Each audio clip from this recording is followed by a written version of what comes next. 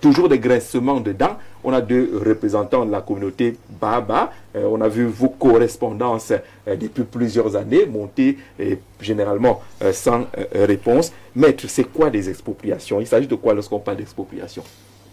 Très bien. Alors, l'expropriation, parce qu'elle est toujours pour cause d'utilité publique, il faut savoir que depuis le prime abord qu'il n'existe pas d'expropriation pour cause d'utilité privée.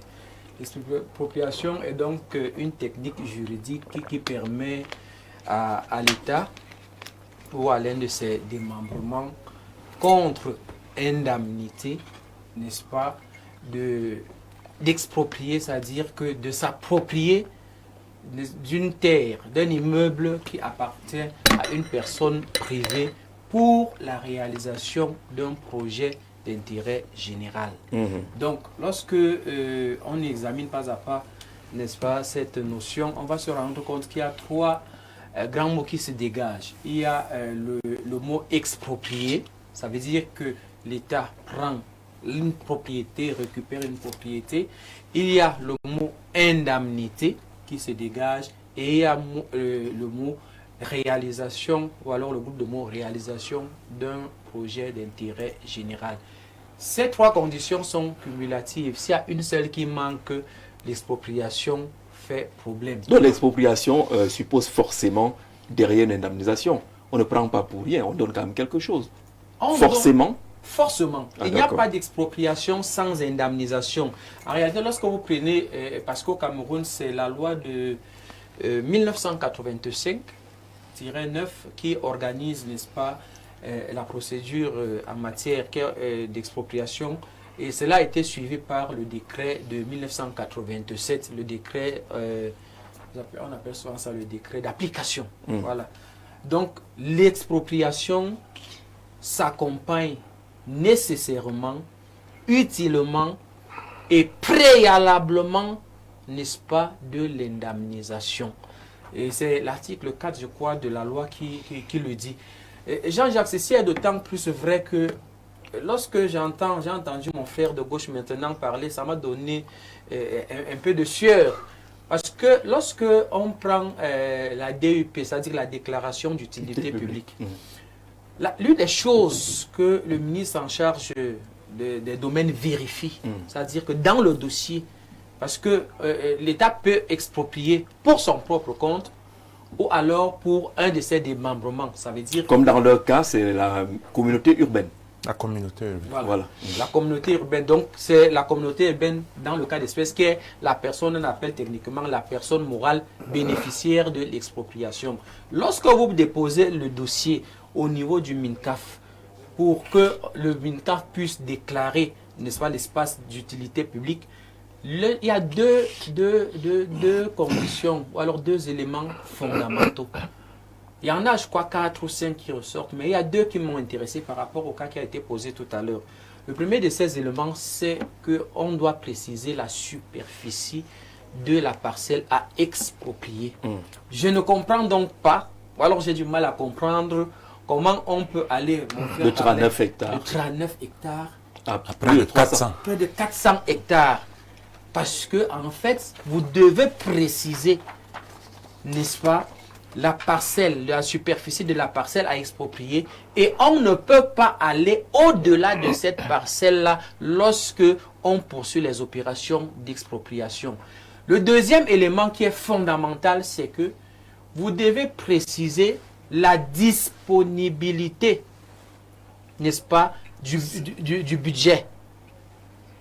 Jusqu'à la ligne budgétaire, là où on va prendre l'argent pour non seulement réaliser le projet, mais également pour indemniser. Ça veut dire que lorsque vous décidez de faire exproprier pour cause d'utiliser pour quelque chose, pour un projet que vous allez réaliser, vous avez déjà une ligne budgétaire qui est à même de supporter et le projet et les indemnisations. J'ai donc du mal à comprendre pourquoi on peut avoir une décision qui exproprie, peut-être qui a même prévu les montants des indemnisations et que des années après, que les personnes n'aient pas été désintéressées. Je voudrais peut-être, pour sortir dans cette première intervention, et préciser qu'il faut quand même noter aussi, je ne sais pas si c'était le cas, on va écouter nos frères tout à l'heure, Oui. L'indemnisation peut être pécuniaire, elle peut être en nature. Ça veut dire que... On peut leur donner du terrain quelque part. Voilà. Oui. On peut donner du terrain quelque part pour compenser. Là, ils peuvent s'installer. Mais très souvent, on donne, n'est-ce pas, de l'argent. Monsieur Tchamakwa, finalement, vous n'avez rien reçu de cette opération d'expropriation qui remonte à quand à peu près? 82. 82. Oui, maître parlait de l'ordonnance de 87, 85 et sa mise en application en 87.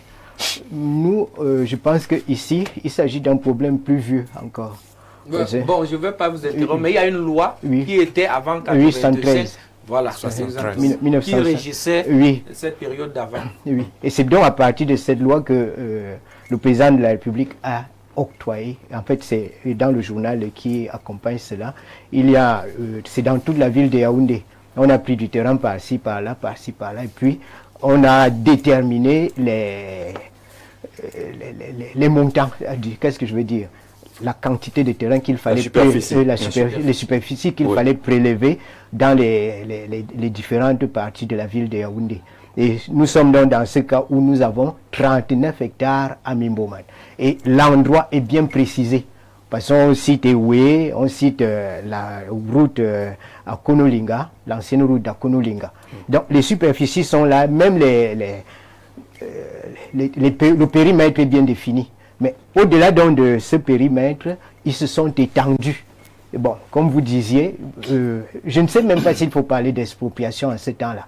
Parce qu'on pense bien quand maître parle, il y a un texte qui doit d'abord être là, qui présente l'espace, qui présente les conditions. Et ici, je ne sais pas s'il s'agit véritablement d'une expropriation. Là-bas, ça a tout l'air d'un hold-up. Ça a été un hold-up. Oui. Si ces préalables ne sont pas établis, ces préalables n'ont pas été, les populations n'ont pas été averties. Nous n'avons pas été avertis. Donc, nous nous sommes retrouvés comme ça un matin face à une escorte de policiers avec des capitaines qui devaient travailler dans une zone que nous connaissions bien, mais qui se sont déportés dans notre zone et qui se sont mis à pousser nos cultures, à dévaster, même à casser des maisons. Voilà ce qu'il en est. Mais qu'est-ce que vous faites jusqu'à présent? On ne vous a pas répondu. Est-ce que vous avez mené des démarches nécessaires pour que l'indemnisation soit effective? Beaucoup de combats. Nous avons combattu longtemps. Et il faut préciser le contexte. Nous sortons du parti unique où il n'y avait que la parole de l'autorité qui osait. Bon, on a osé parce que vous verrez qu'on nous a enfermés. Il y a des gens qui sont dans cette affaire-là. Oui, les gens sont allés à Kondengui. Il y avait des gens qui voulaient quand même relever la tête. Et on était quand même informés que cette expropriation, que ce hold-up-là, parce qu'il faut le dire, ce n'est pas une expropriation, c'est un hold-up. On a pris du terrain qui n'était pas prévu. Le président Amadou Ahidjo a signé un décret, c'est clair, c'est dans les journaux officiels, dans le journal officiel. Il y a le communiqué radio presse qui a suivi cela et ça n'a pas été précisé. Donc tout cela est là. Et nous étions informés, mais on ne pouvait pas entrer dans les archives. C'était ça notre souci, notre problème à l'époque. On ne pouvait pas entrer dans les archives. Donc ce contexte de parti unique là faisait que ces mesures à l'autorité valaient des frappes sur les doigts. On recevait de notre part. Donc c'était de l'intimidation, c'était de la frustration, c'était des menaces. Et on disait, si vous pouvez, allez vous plaindre. Voilà. Si ça vous énerve, vous sautez, vous calez en l'air, comme on dit au quartier. Voilà. Et jusqu'à présent, des décennies plus tard, vous êtes toujours en errance pratiquement. Oui. Permettez, Jean-Jacques, que je revienne un peu sur ce que disait M. Ntchama tout à l'heure. Ce phénomène d'expropriation n'est pas l'apanage de Mimboman, tout simplement. Seulement. Parce qu'à l'époque, on avait 114 hectares à Kondengui, 39 hectares à Mimboman, 10 hectares à Mfandena, 110 hectares à Mfandena, et je vois 38 hectares à Etoudi. Et c'était bien délimité, comme il disait tout à l'heure. Chez nous, par exemple, à Mimboman, on avait circonscrit la zone à exproprier, la zone où il fallait prélever les 39 hectares. C'est-à-dire, au nord-est, c'était avec la limite, l'ancienne, comment ils appelaient ça, Tokomomi, l'ancienne, je sais pas, l'ancienne... Tokomomi. Do, Oui, voilà, oui, quelque ça. chose comme ça, qui était prolongé jusqu'à l'ancienne route d'Akonolinga. Et à l'est, par l'ancienne route d'Akonolinga jusqu'au carrefour de Nkole-Mwambok. Pour ceux qui connaissent bien, c'est des quartiers, peut-être c'est des endroits qui, avec le réajustement, le réaménagement, qui ont été... Et au sud, bref, c'était délimité. Ben, sauf que, comme disait M. Ntiama tout à l'heure, je ne sais pas qu'est-ce qui s'est passé. Nous ne savons pas ce qui s'est passé. Déjà, moi, je me pose la question, et d'ailleurs, je la pose à un juriste qui est ici sur le plateau. Est-ce que quand on signe, ou alors il y a une DUP qui est en cours, est-ce qu'on n'informe pas les autochtones de l'endroit où cette expropriation, cette DUP va être faite? Ça, c'est d'abord la première question, parce que nos parents n'ont rien reçu comme document concernant cela. Est-ce qu'on ne dit pas aux gens, bon, voilà, on va prélever sur votre patrimoine? Ça n'a pas été fait. Des gens sont arrivés, comme il est en train de dire, ça a été le branle-bas de combat, comme on le dit souvent dans le jargon marin. Ça allait dans tous les sens. Et on s'est retrouvé que on avait pris nos terres sans nous dire, et quand on essayait de poser la question, ça valait des frappes, ça valait des répressions. Ce qui est mauvais, enfin, c'est que quand on parle d'expropriation, ces gens qui avaient pris nos terres, il y a des gens, moi j'en connais à côté des voisins qui ont acheté. C'est-à-dire qu'ils se sont remis à revendre ces terres-là aux enchères. C'est-à-dire ils prennent et ils revendent. Je veux bien savoir, je demande à Maître si c'est comme ça que l'expropriation se fait. Non seulement on n'a pas averti, on n'a pas indemnisé, on a pris des espaces, on a détruit certaines choses, et la cerise sur le gâteau, on s'est mis à vendre aux plus offrants. Ça a tout l'air d'être un film à la, comme j'aime souvent blaguer à le dire, à la colonisation sur la bande de Gaza, de l'autre côté là-bas. C'est-à-dire, on arrive, on arrache et puis on en fait ce qu'on veut. Donc, mais on a entamé des réclamations qui ne datent pas d'aujourd'hui. J'ai des correspondances qui datent depuis 2010. Nous sommes aujourd'hui en 2026. La dernière correspondance adressée date de janvier 2025. Donc, un an. Pas de réponse. À qui cette fois? On a adressé au MINCAF, on a adressé au maire de la ville, parce que c'était les principaux concernés. Celle-ci, par exemple, date du 17 février 2025. Ça, c'est la réponse du MINCAF à celui qui était notre porte-parole. Si vous voulez, je peux vous lire la condition. Oui, qu'est-ce que le MINCAF a dit sur la question? Faisant suite à votre requête de référence relative à l'objet repris en marge, j'ai l'honneur de vous faire connaître que par correspondance séparée de ce jour, je demande au préfet du département du Mfundi de mettre sur pied une commission d'enquête foncière chargée d'examiner le fondement juridique et la soutenabilité de la demande de compensation des terrains sollicités au profit de la communauté Baba de Mimboman 2 Nord et de me faire tenir le rapport y relatif des objets remplis. Vous voudrez bien par conséquent vous rapprocher de la dite autorité à toute fin utile. Donc, jusqu'aujourd'hui, c'est la dernière correspondance. Bon, qui annonce quand même qu'il y a une évolution. Le préfet doit essayer d'aller voir de près ce qui se passe là-bas. Mais le film tel que c'est décrit, maître, par Thierry et M. Ntiama tout à l'heure, c'est vrai que ça date d'une certaine époque. Est-ce qu'à cette époque-là, il n'y avait pas les lois? il y avait les lois, notamment l'ordonnance de 74. C'est l'ordonnance de 74 qui régissait, n'est-ce pas, l'expropriation pour cause d'utilité publique et qui a été abrogée par la loi de 1985. Et les dispositions n'ont pas tellement changé. Ce qu'il faut comprendre, c'est que déjà, je comprends un peu le problème qui a beaucoup dérangé dans le cadre du dossier qui est posé, parce que Jean-Jacques, il va de soi qu'au Cameroun, on a une perception selon laquelle le titre foncier est la certification officielle de la propriété immobilière. En effet, c'est plus facile lorsque les parcelles à exproprier sont titrées. Mais lorsque j'entends les hectares qui sont avancés, il me semble que cet ensemble immobilier, peut-être à cette époque-là, n'était pas immatriculé. Pas du tout, puisque c'était notre C'était habitat naturel. C'était chez eux au village. Ah, bien sûr. Ça rejoint ce que je disais à l'entame de cette mission, le problème de la propriété coutumière. Et lorsque la parcelle n'est pas immatriculée, il faut savoir que les bénéficiaires, ou alors ceux qui sont visés par l'expropriation, vont connaître beaucoup de problèmes pour entrer dans leurs droits.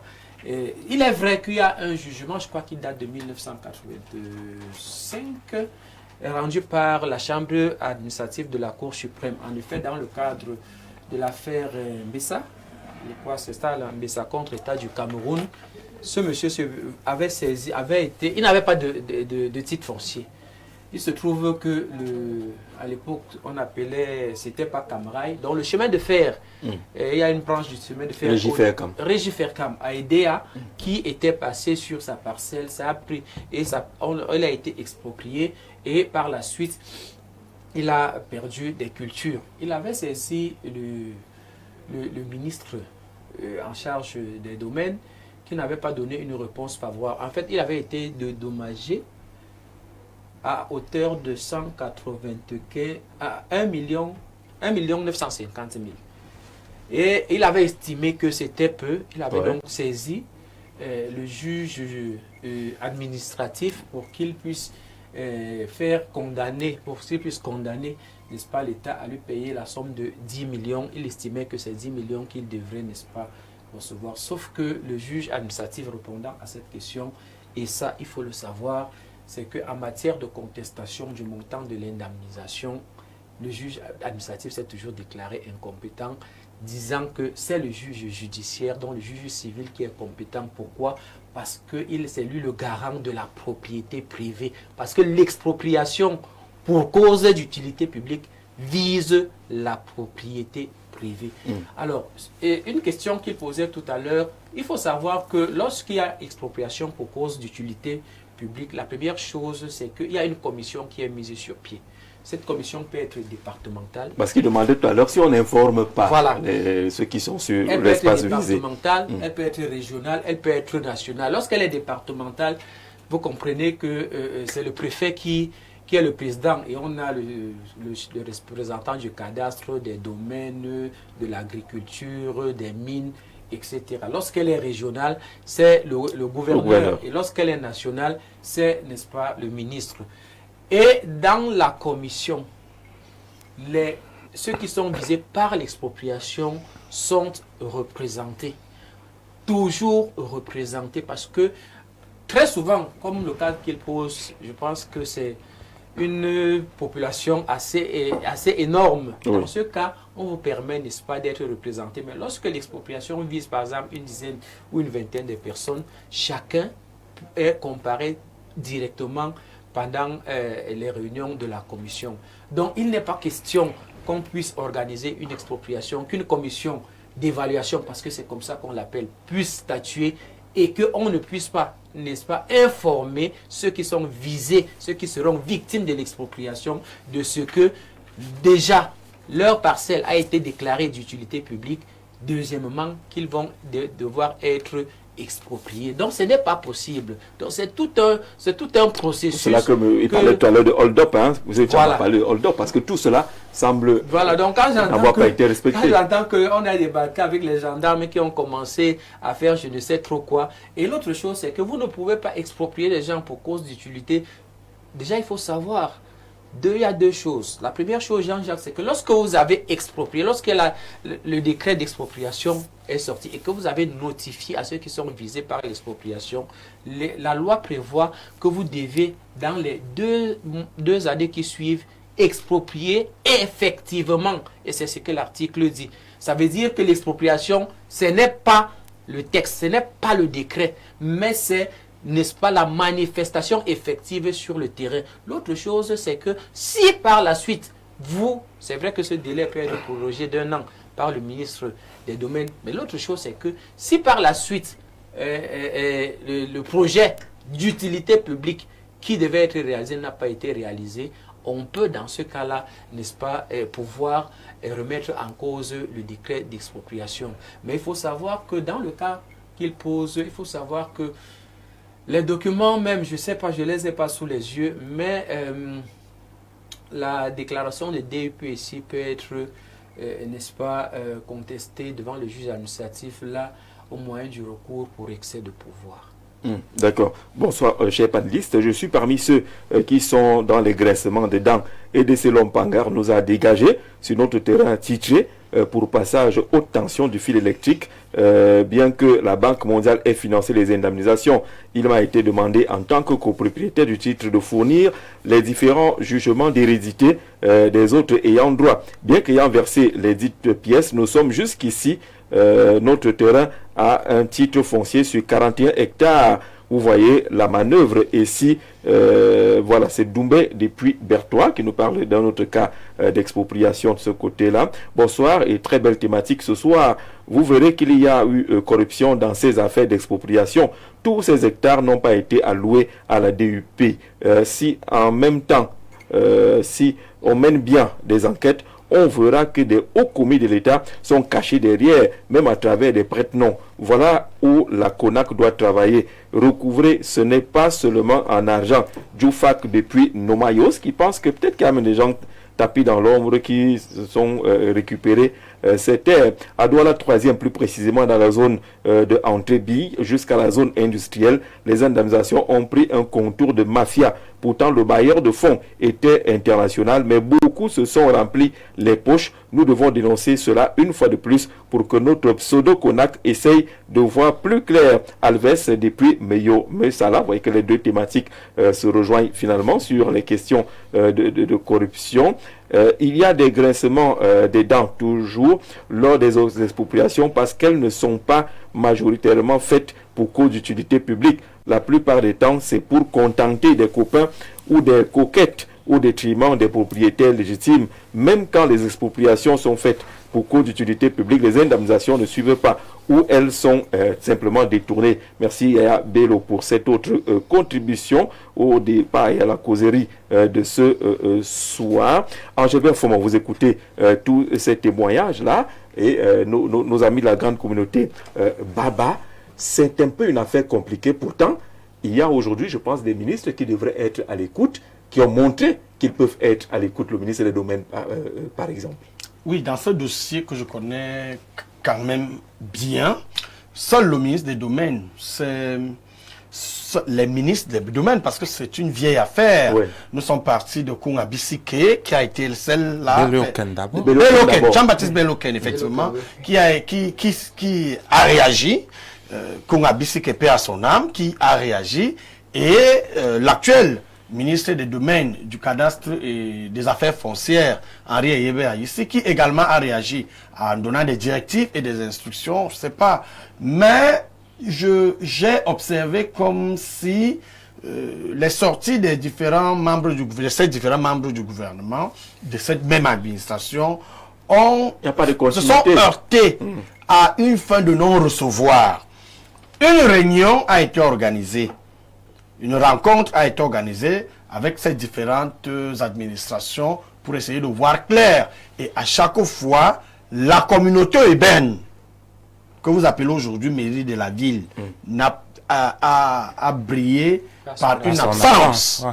Vous voyez qu'elle se détache de toute colère. Alors que dans l'histoire de cette affaire, où nous sommes encore dans les années 1973, lorsque le président Ahidjo, paix à son âme, dans le souci de recaser les populations de Guerpi de la zone de Mokula Yaoundé, avait signé au profit de la communauté urbaine de Yaoundé un décret donc portant sur une superficie, comme ils ont dit ici, de 39 hectares, dont la zone et les limites sont clairement précisées dans le journal officiel, tel qu'ils vous ont dit ici. Donc, il y a donc la communauté urbaine, en ce temps-là, principal acquéreur de l'espace, en 1982, et demandait donc, allez savoir, qui était le délégué auprès de la communauté urbaine en 1982. Alors là, vous allez avoir la réponse. Bon, maintenant, c'est la même communauté urbaine qui, après celui-là, on parlait de Emma Basile, paix à son âme, qui vient succéder à André Fouda, et Emma Basile lui-même, que Jack Bauer, à qui Jack Bauer succède. Maintenant, aujourd'hui, nous sommes à Luc Messia Tangana. C'est vrai qui devient la mairie. Il y a eu Mugunoma. Voilà, Mugunoma, voilà, très bien. Bon, vous voyez donc que en tous ces gens, personne n'avait bougé son petit doigt, alors que c'est la communauté urbaine qui a mal, d'après les interprétations ici, qui a mal exécuté l'instruction, le décret d'Ahidjo. Oui. Parce que le président Ahidjo parle de 39 hectares. Vous, maintenant, sur le plan opérationnel, c'est vrai que ça vous profite, mais sur le plan opérationnel, vous allez au-delà et en deçà, au-delà de 39 hectares. On est largement au-dessus de 39 hectares. On a 10 fois plus, hein. Si on est dans près de 400 hectares. 400 hectares. C'est à la communauté urbaine de régler ce problème ou alors de contribuer au règlement de ce problème. Mais la communauté urbaine s'est toujours extirpée de cette affaire. Elle a toujours répondu aux abonnés absents. C'est de ça qu'il est question. Le préfet également, à l'époque, paix à son âme, mon grand frère, le préfet Jean-Claude Tilla, également, qui avait reçu du ministre, je prends l'instruction d'aller voir de près cette affaire. Oui, d'aller voir de près cette affaire. D'après des informations également, n'avait pas donné une suite favorable à cette affaire. Il a été relancé à l'actuel préfet, Digden Emmanuel Mariel, d'attraper le taureau par les cornes. Nous espérons, moi je connais Digden, qui est quand même quelqu'un qui est assez diligent, même si il est déjà aussi là quand même depuis un certain temps, mais nous pensons que lui, il peut faire bouger les lignes. Nous avons vu ce qu'il a fait dans la Mofouafamba, avec les limites entre la Mofouafamba et Yaoundé 4, où lui-même avait dit que la Mofouafamba ne perdra pas un seul centimètre de cette terre. Et ça a été fait. Bon, aujourd'hui, c'est lui-même qui est déjà le préfet du Foundi. Il doit aller voir ce qui se passe du côté de c'est un peu ça. C'est un peu ça. Donc, que cette affaire soit réglée. Jean-Jacques, pourquoi? Parce que nous sommes donc dans une communauté. On vous a bien expliqué que les Babas sont partout. Mais ils sont aussi à Yaoundé 4. On lui dit, Mimboman 3. Une communauté, c'est également un héritage culturel, ancestral. Il y a des ancêtres, il y a leurs aïeux qui sont enterrés là. Il y a des rituels qui ont toujours été faits là. Il y a des choses, comme on dit souvent, des choses du village qui existent là. Bon, demandez donc à ces gens s'ils peuvent encore faire un rituel là-bas. Parce que... Est-ce qu'ils ont même enterré leur... Est-ce qu'ils peuvent même encore faire appeler les ancêtres? Est-ce que ces ancêtres sont même encore là-bas? Puisque lors du terrassement, ça emportait les tombes. Ça emportait certaines tombes. Bon, si on fait par exemple les sciés, est-ce qu'ils peuvent encore convoquer leurs ancêtres là? Est-ce qu'ils sont encore là? Puisque on a recasé des halogènes qui se sont retrouvés plus nombreux que les autochtones, qui ont phagocyté les autochtones en pensée, en parole, par action et par omission, et qui, en réalité, ont écarté les autochtones. Et qui se retrouvent à l'étroit, chassés pratiquement. Les cultures, on n'en a pas tenu compte, parce qu'on devrait quand même, Maître l'a dit, pouvoir dédommager, ne serait-ce que les cultures. Il se trouve même qu'il y avait des bâtisses là. Il y avait des tombes là. En réalité, le dédommagement concerne les terres nues, les cultures, les bâtisses et autres. Voilà. Et il y a eu donc, moi je pense que ce qui a été fait est injuste. D'accord. C'est injuste et il faut réparer le tort. On reçoit plein de messages de gens qui disent que le cas des Baba à Mimbouman, ce n'est pas un cas isolé, notamment dans la ville de Yaoundé. C'est le cas en Kozwa, lycée bilingue, où les gens du renouveau sont venus arracher les terrains des populations en disant que c'est le domaine d'utilité publique, alors qu'ils se sont déjà partagés et les villas poussent comme des petits pains de ce côté-là, une superficie de 105 hectares. C'est M. Etoundi depuis Nkozwa qui nous parle également de il y a deux cas dans la situation également là-bas. Le cas de l'aéroport international de Smalé. Pour que l'aéroport s'installe là, il a fallu exproprier les gens. On les a délocalisés, soi-disant relocalisés dans un endroit où ils ne se sont jamais retrouvés. Ça, c'est une chose. Jusqu'à aujourd'hui, on se rend compte que l'aéroport international, je peux me tromper, mais il s'est dit, parce que c'est situé dans l'arrondissement de Foudon, chez moi, il se retrouve que l'aéroport elle-même est dans une opération de vente. Serait dans une opération de vente parallèle. Ça, je vais vérifier. Autre chose, il y a le site qui habite actuellement, sans publicité, Pizarrotti. Ce site de 59 hectares dans le groupement Voronomo. Donc quand vous êtes au lycée de Oufou, quand la route qui entre là, c'est en bas là-bas. C'est le groupement Voronomo. Ce site, il a fait l'objet d'une déclaration d'utilité publique pour la construction de l'université panafricaine d'Afrique centrale. Est-ce que l'université a donc été construite? Voilà.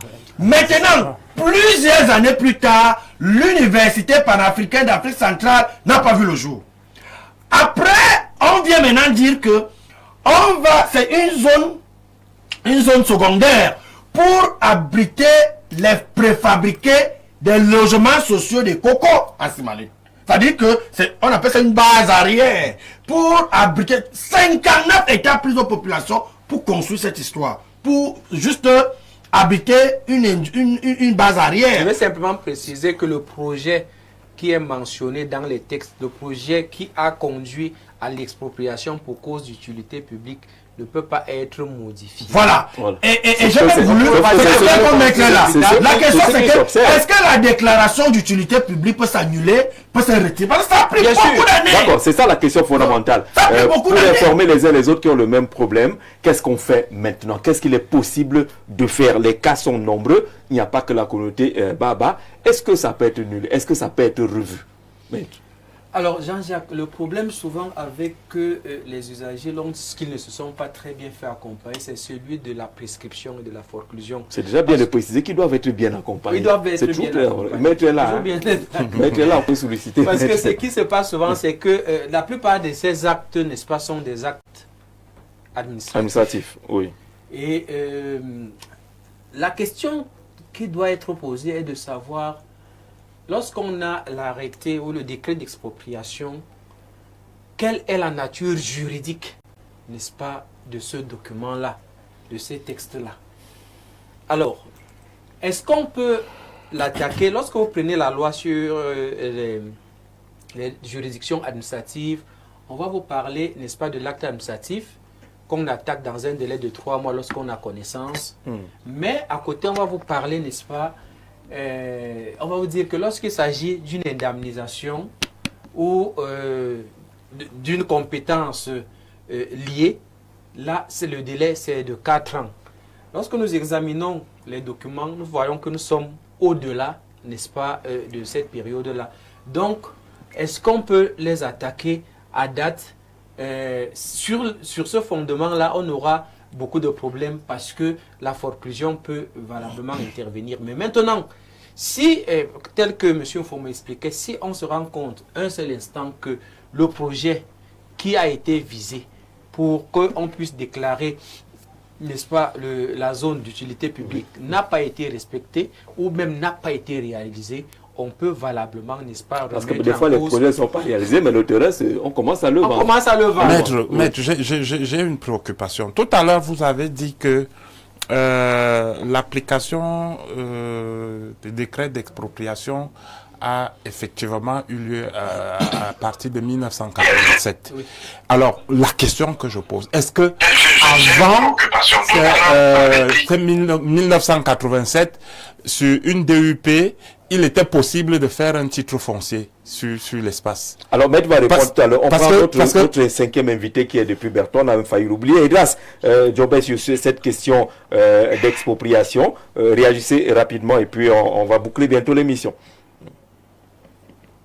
Bien, merci. Merci beaucoup. Merci à Maître et merci à tous les autres panélistes qui nous éclairent ce soir sur la thématique pour dire que c'est un problème réel et c'est un problème assez pertinent qui existe dans toutes nos régions.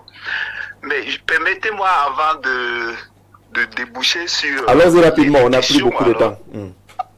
La corruption, rappeler un peu la perception de la population ou des communautés sur les problématiques foncières. C'est-à-dire les populations à la base à l'idée que le premier occupant est le propriétaire. Et ça, c'est inclus dans toutes les populations, dans toutes les communautés, dans tous les pays. Et au Cameroun, justement, Maître l'a rappelé, c'est la loi de 1974 qui vient, n'est-ce pas, repartir, diviser les différents types de domaines fonciers. Celui de l'État, celui où c'est occupé par les privés. Au Cameroun, c'est la MAXI qui gère ça, je crois bien. Et enfin, il y a les domaines privés appartenant aux populations.